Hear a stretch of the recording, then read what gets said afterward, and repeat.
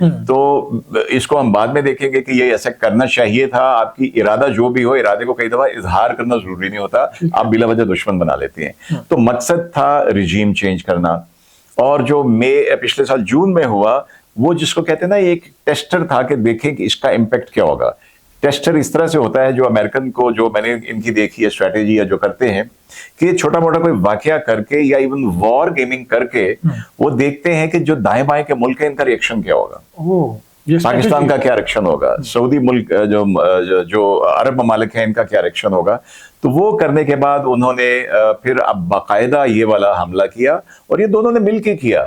امریکہ, میں تو بڑے وثوق سے یہ بات کہوں گا معاویہ, کہ جس طرح ہم کہتے ہیں نا کہ جو افغانستان ہے یہ بھارت کی پراکسی ہے اور ٹی ٹی پی جو ہے افغانیوں کی پراکسی ہے, تو یہاں پہ امریکہ جو ہے یہ میرے نزدیک اسرائیل کی پراکسی ہے. یس, ناٹ اسرائیل امریکہ کی ناٹ ایٹ آل.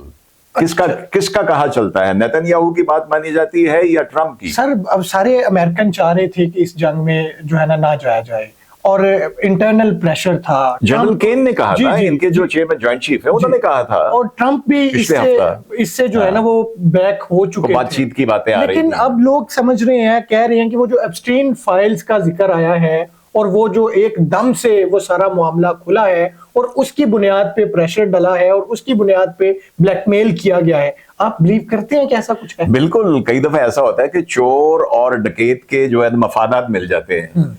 ایک طرف ایپسٹین فائل وہ بہت بڑی سیریس چیز ہے, وہ بہت سیریس چیز ہے, اور میں سمجھتا ہوں کہ ایپسٹین فائل کی جو ماسٹر کاپی ہے وہ ہے اسرائیل کے پاس.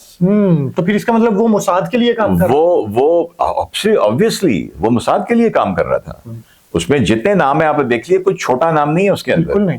یا بڑے بڑے سربراہ ہیں یا بڑے بڑے ملٹی بلینئرز ہیں اس کے اندر. ایسے ہی ہے نا, بالکل ایسے ہی. تو کسی عام آدمی کے ساتھ اس طرح کے کر کے اس طرح کے واقعات وہ جزیرے خریدنا, وہ جہاز خریدنا, نامی گرامی لوگوں کو, وہ چھوٹے ملکوں کے, ہمارا بھی ایک آدھ نام ہے, خیر میں یہاں پہ نام نہیں لوں گا, ہمارا میں نام نہیں لوں گا, لیکن آئی تھنک سوشل میڈیا پہ آ چکا ہے. لیکن یہ کہ ان کے پاس وہ ہے.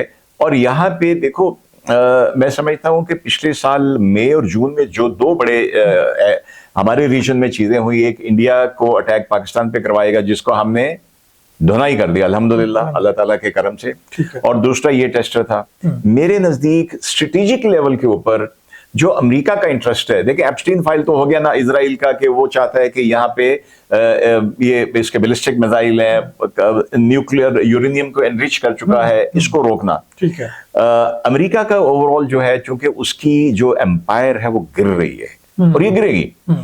اس کے لیے کیوں گر رہی ہے؟ کیونکہ چائنا ابھر کے آ رہا ہے. تو یہ کنٹیننگ چائنا کی دونوں چیزیں تھیں. اگر بھارت خدا نہ خواستہ جیت جاتا تو ہمارا ویسٹرن بارڈر جس کے along پورا سی پیک جا رہا ہے, جی بالکل, وہ پہلے ڈسٹربڈ ہے اور زیادہ ڈسٹرب ہو جاتا ہے. بالکل ایسے ہی. جب یہ نہیں ہوا تو دوسرا میرے نزدیک ٹرائی کیا گیا کہ یہ رجیم چینج کر کے گوادر کے سامنے چابہار ہے, بالکل اسٹریٹ آف ہارمز کے اندر, کہ وہاں پہ آ کے آپ بیٹھ جاتے تو آپ کاؤنٹر کر سکتے تھے. جیسے کوئی بڑا ایک میگا سٹور ہے, اس کے ساتھ دوسرا میگا سٹور کھل جائے تو obviously کچھ تو فرق پڑے گا. چابہار والا جو پروجیکٹ ہے اس میں انڈیا ایران کے ساتھ پارٹنر ہے, لیکن کچھ دن پہلے ہم نے دیکھا کہ انڈیا جو ہے اس سے ہاتھ اٹھاتا ہوا نظر آیا, اور انڈیا نے ایون کہ اس میں انٹرسٹ ختم کر دیا. پھر جب ایران کے اوپر اٹیک ہوتا ہے, انڈین وزیر اعظم انہی دنوں میں اسرائیل میں موجود ہوتا ہے. پھر جب یہ دونوں چیزیں مل جاتی ہیں تو انہی دنوں میں پاکستان کے متعدد جو ہے نا وہ جگہوں پہ افغانستان سے اٹیک کروا دیا جاتا ہے. تو یہ ساری چیزیں کیا ایک ہی گیم کا حصہ ہیں, یا یہ ساری جو ہے نا یہ خود سے ہی ہو گیا؟ بس نہیں, اتفاق ہے, خود سے نہیں ہوا. یہ بالکل اسی گیم کا حصہ ہے, اور یہ گیم بڑی پرانی ہے.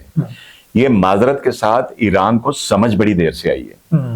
میں ایز اے پاکستانی, میرے لیے, آپ کے لیے پاکستان اور ہمارے ویورز کے لیے پاکستان نمبر 1 ہونا چاہیے, ایسا ہی ہے نا؟ بالکل ٹھیک. تو میں جب ایز اے پاکستانی سوچتا ہوں تو مجھے بتائیے کہ چابہار کی بندرگاہ اگر ایران نے اسی رجیم کے نیچے بھارت کو دی ہوئی تھی, اور یہ اجازت تھی اس کے ایگریمنٹ میں کہ جنگ کی صورت میں, کسی اور ملک سے جنگ کی صورت میں بھارت کی نیوی اس کو استعمال کر سکتی ہے, مطلب وہ تو بھئی کس کے ساتھ جنگ ہونی تھی؟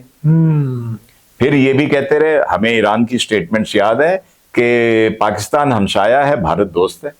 ٹھیک. پھر کلبھوشن کہاں سے آتا رہا، کس ملک کے پاسپورٹ پہ آتا جا رہا، دہشت گردی کرتا رہا. بالکل ایران تھا نا. ہم نے بڑا ظرف دکھایا ہے، ہم نے، ہماری حکومت نے، ہمارے عوام نے، کہ ہم اس سب کے باوجود ایران کو سپورٹ کر رہے ہیں. بالکل ایسا ہی ہے. ایران کو سپورٹ کر رہے ہیں عربوں یا خلیج کے اگینسٹ نہیں، امریکہ اور اسرائیل کے خلاف. بالکل ایسا ہی. کیونکہ ہمارے ان کے ساتھ بھی تعلقات ہیں. ٹھیک ہے سر، مجھے یہ بتائیے گا کہ ابھی حال ہی میں جو ہماری انڈیا کے ساتھ لڑائی ہوئی، جی، کیا اس میں جس طرح سے کھل کے ہم ایران کے ساتھ کھڑے ہیں اور جس طرح سے ایران کے اوپر ہونے والے حملے کو ہم کنڈیم کر رہے ہیں، اس کی ساورنٹی پہ اٹیک سمجھ رہے ہیں، جی اور ہم امریکہ کے ساتھ اچھے تعلقات ہونے کے باوجود اس کی مذمت کر رہے ہیں، جی، کیا جب ہمارے ساتھ یہ ہوا تھا اور بھارت نے بربریت کی تھی ہمارے ساتھ، ایران یہاں کھڑا تھا؟ نو، کوئی بھی نہیں تھا. آپ مجھے بتائیے، ہم بہت بات کرتے ہیں، معذرت کے ساتھ کچھ لوگوں کو برا لگے گا، امت کی بات کرتے ہیں، مسلم امہ کی. کتنی مسلم امہ جو ہے ہماری فیور میں کھڑی ہوئی؟ ہاں، ڈپلومیٹک بیان، بات چیت سے مسئلہ ہونا چاہیے، بات چیت سے وہ مسئلہ تو دونوں ہونا کو چاہیے. راضی کرنے والی وہ تو دونوں کو راضی کرنے والی بات. ہمارے ساتھ تو ایک آذربائیجان کھڑا ہوا، بالکل نہیں، ترکی کھڑا ہوا، اور آذربائیجان کھڑا تو ہوا، ترکی کا کھڑا ہوا، ملیشیا کھڑا ہوا، آذربائیجان کھڑا ہوا، چائنا کھڑا ہوا. مسلمان ملکوں میں تو ترکی اور آذربائیجان تھے. Yes. تو بھائی سب کے مفادات کی جنگ ہوتی ہے. یہی ہمیں سمجھنے کی ضرورت ہے کہ ہمارا جو ہے، جس کو ہم کہہ سکتے ہیں، جو ایمان رب کے بعد پاکستان کے اوپر ہونا چاہیے. بالکل ٹھیک ہے. کہ اس کے لیے جو بہتری، ہم نے کسی کو نقصان پہنچانے کی ضرورت نہیں ہے. مسئلہ یہ ہے کہ ہندوستان ہو، اسرائیل ہو، امریکہ ہو، یہ دوسروں کو نقصان پہنچا کے اپنا فائدہ اٹھاتے ہیں. ہم اتنی رواداری اور اخلاقیات دکھا سکتے ہیں کہ کسی کو نقصان پہنچائے بغیر بالکل، جس کو کہتے ہیں سیلف سینٹرڈ ہو کے، پاکستان کے مفاد کو اپنے ذہن میں رکھیں. ٹھیک ہے سر، بہت زیادہ تنقید کی جا رہی ہے، لوگ میمز بنا رہے ہیں کہ دیکھیں جی پاکستان کی کیسی ڈپلومیسی ہے کہ ایک ہی وقت میں پاکستان کہہ رہا ہے کہ ایران کے اوپر حملہ ہوا، ہم اس کی مذمت کرتے ہیں، سعودی عرب کے اوپر ایران نے حملہ کیا، ہم اس کی مذمت کرتے ہیں، یو اے ای کے اوپر ایران نے حملہ کیا، ہم اس کی مذمت کرتے ہیں. تو وہ مذاق اڑانے کی کوشش کر رہے ہیں کہ آخر پاکستانی کس کے ساتھ کھڑے ہیں. آپ اس کو ایسے ہی دیکھتے ہیں کہ یا آپ اس کو کوئی میچور ڈپلومیسی دیکھتے ہیں؟ میں اس کو بہت میچور ڈپلومیسی کے طور پہ دیکھ رہا ہوں. ٹھیک. یہ مذاق اڑانے والے تو افسوس کی بات ہے کہ ہمارے ملک میں ہی یہ ہم ایسی قوم ہے جس کے اندر اپنے ہی لوگوں کا، اپنے ہی ملک کا مذاق اڑانے والے بڑے فخر سے اس طرح کی حرکتیں کرتے ہیں. میں ایک جھٹکی سی مثال دوں گا، اور توڑے تایا جی تے چاچا جی دی لڑائی ہو گئی ہے، اس کو بھی 2-4 قسوند پڑے ہیں، اس کو بھی 2-4 قسوند پڑے ہیں. آپ کیا کریں گے؟ ایک کا ساتھ دیں گے یا ایز اے بہتر کہ آپ کے تعلقات بنے رہیں اور آخر میں آپ ان لوگوں میں سے ہو جو دونوں کو سمجھانے والے ہوں، جس کی دونوں بات سنیں. ٹھیک ہے. تو آپ نے اس کو بھی کہنا ہے زیادتی ہوئی آپ کے ساتھ، ایسا نہیں ہونا چاہیے تھا، زیادتی ہوئی آپ کے ساتھ، ایسا نہیں ہونا چاہیے تھا. تو آپ نے کسی کو اپنی بات سنانی ہے تو پہلے اپنے نزدیک لے کے آنا ہے. تو میں سمجھتا ہوں یہ بہترین ڈپلومیسی تھی ایز اے تھرڈ کنٹری، یہ شاندار ڈپلومیسی تھی اور اس میں مجھے کوئی جو شبہ نہیں. ٹھیک ہے. اب آتے ہیں سر امریکہ اور اسرائیل کی طرف کہ وہ جو مقاصد حاصل کرنا چاہ رہے ہیں. ایک تو انہوں نے پہلے والی رجیم کو ہٹ کیا اور کافی حد تک ان کو جو ہے نا وہ ختم کر چکے ہیں، اور وہ چاہتے ہیں کہ ہم وہاں پہ رجیم چینج کریں. آپ کو کیا نظر آ رہا ہے؟ دوسرا وہ وہاں میزائل ٹیکنالوجی، اور دوسرا وہ ایٹم بم بنانے جا رہے تھے، ان کی وہ والی جو صلاحیت ختم کرنا چاہتے ہیں. یہ دونوں مقاصد میں کیا آپ کو امریکہ اور اسرائیل کامیاب ہوتے نظر آ رہے ہیں کہ نہیں؟ دیکھیں، امریکہ اور اسرائیل نے کبھی بھی ذرہ برابر بھی اخلاقیات کا، ہیومینٹی کا، انسانیت کا ان کو خیال نہیں رہا، نہ ہوگا. یہ سب سے بڑے جھوٹے اور منافق ہیں.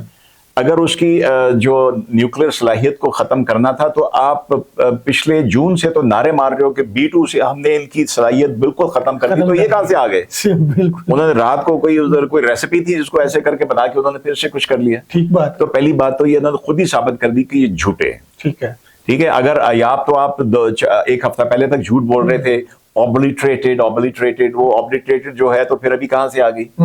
تو دوسری بات، جو رجیم ہوتا ہے نا، یہ کوئی ایک شخصیت نہیں ہوتی، یہ ایک سسٹم ہوتا ہے. ٹھیک ہے. اور میں ریئلی اپریشیٹ کروں گا کہ ایران نے اتنی زیادہ، جس کو کہتے ہیں ریزیلینس دکھائی ہے، اتنی زیادہ انہوں نے ول پاور دکھائی ہے کہ عام طور پہ ملٹری اسٹریٹجی میں جو لیڈر ہوتا ہے نا، اس کو کہتے ہیں سینٹر آف گریوٹی کا فوکس. آپ پرانے زمانے کی اگر آپ نے اس تاریخ پڑھی ہو کہ انہوں نے راجا کے محل پہ حملہ کیا, راجا کو قتل کیا اور تخت پہ بیٹھ گئے, ایسے ہی ہوتا تھا, ایک بندہ مارا تخت پہ بیٹھ گئے. اب ایسا نہیں ہے. ان کا خیال تھا کہ خامنہئی صاحب کو وہ شہید کریں گے تو اس کے بعد اوور نائٹ لوگ آئیں گے اور چینج ہو گے. نہیں, میں حیران ہوں اور بڑی خوشی ہے مجھے کہ 1 سیکنڈ کا پاز نہیں آیا. خامنہئی صاحب کی شہادت ہو چکی تھی, دنیا کو پتا چل گیا تھا, انہوں نے کچھ گھنٹے کے بعد بتایا. لیکن ان کے حملوں کے جواب میں جو ایران حملے کر رہا تھا, کوئی آپ نے گیپ دیکھا؟ بالکل بھی نہیں. یہ سسٹم تھا. ٹھیک ہے. تو جب تک ان کا آبجیکٹو, اچھا پھر دونوں کے آپ سٹیٹمنٹ دیکھ لیے, اسرائیل کی بھی دیکھ لیجیے, امریکہ بھی دیکھ لیجیے. امریکی والے کہہ رہے ہیں کہ رجیم چینج نہیں ہے ہمارا آبجیکٹو. ابھی بھی مارکو روبیو نے کہا کہ ہمارا آبجیکٹو رجیم چینج نہیں ہے. اسرائیل کہہ رہا ہے رجیم چینج ہے. بالکل ایسے جھوٹ بول رہے ہیں. اچھا سر, مجھے آپ بتائیں کہ وہاں جو ان کے ہاں موساد کے ایجنٹ ہیں, یہ بھی بہت زیادہ ڈسکس ہو رہا ہے کہ جب خامنہئی صاحب کی شہادت ہو چکی تھی تو اگلے ہی لمحے اسی جگہ کی پکچر جو ہے وہ نیتن یاہو کو ڈائریکٹلی بھیجی جا چکی تھی, جس کا نیتن یاہو بارہا دفعہ وہ جو ہے نا وہ بتا رہا ہے اور اس کا دعویٰ کر رہے ہیں. تو آپ کیا سمجھتے ہیں کہ واقعی ان کے دعوے کے مطابق ایران کے اندر دنیا میں سب سے زیادہ موساد کے ایجنٹ موجود ہیں؟ بالکل کوئی شبہ نہیں ہے, اور اس کو ایرانیوں کو یہ سمجھنے میں بہت دیر لگی. ان کو پچھلے سال جون میں سمجھ آ گئی تھی کہ یہ بھارت کے رو کے بندے اور جو جوز کے موساد ہیں, ان کا گٹھ جوڑ تھا جو اندر سے. دیکھیے, آپ نے کسی بلڈنگ کو, آپ نے کسی ایک آئیفل ٹاور کو مثال کے طور پہ آپ نے تباہ کرنا ہے, وہ نظر آ رہا ہے, اس کے کوارڈینیٹس ہیں, آپ کو بم پھینکے, بندہ موو کر رہا ہے, جھک رہا ہے. اس ایک بندے کو پن پوائنٹ ایک کمرے میں جہاں پہ بنکر میں نیچے وہ ہے, اس کے لیے کوئی سیٹلائٹ ہیلپ نہیں کرتا. ٹھیک, اس کے لیے یا تو آپ خود ٹریپ ہوئے ہیں, آپ کو کوئی چپ لگا ہوا ہے, یا کوئی بندہ آپ کے بالکل جو نزدیک ترین سرکل ہے اس کے اندر ہے جو کہ یہ ساری انفارمیشن دے رہا ہے. ٹھیک ہے. تو پھر یہ جو سمجھا جا رہا ہے کہ اے آئی کے تھرو یہ جو ہے نا پن لوکیشنز کے ذریعے یہ ساری کاروائی کی گئی ہے, اس میں آپ اس پہ بلیو نہیں رکھتے؟ آپ سمجھتے ہیں کہ دیکھیں ایز این ایکس انٹیلیجنس مین یہ کمبینیشن ہوتی ہے. ٹیکنالوجی جتنی بھی چلی جائے, انلیس اس کو ہم کہتے ہیں ہیومن انٹیلیجنس. ٹھیک ہے. ایک ہے سیٹلائٹ انٹیلیجنس, ایک چیز ہے آپ کے بگز ہیں, آپ نے بگ کیا ہوا ہے.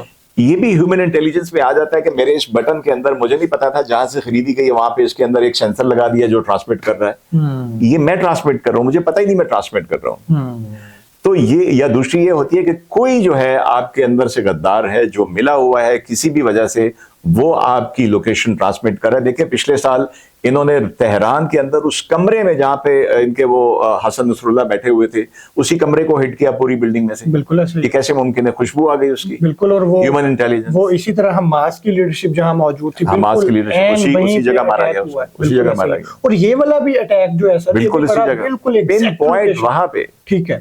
دیکھیں نا, وہ موو کر رہے ہوں گے کبھی اس بلڈنگ میں کبھی دوسری جگہ, ان کو پتا تھا کہ اٹیک ہوگا, لیکن یہاں پہ عین اس وقت اور اس کے بعد 30 کے قریب میزائل وہیں پہ آ کے لگنا.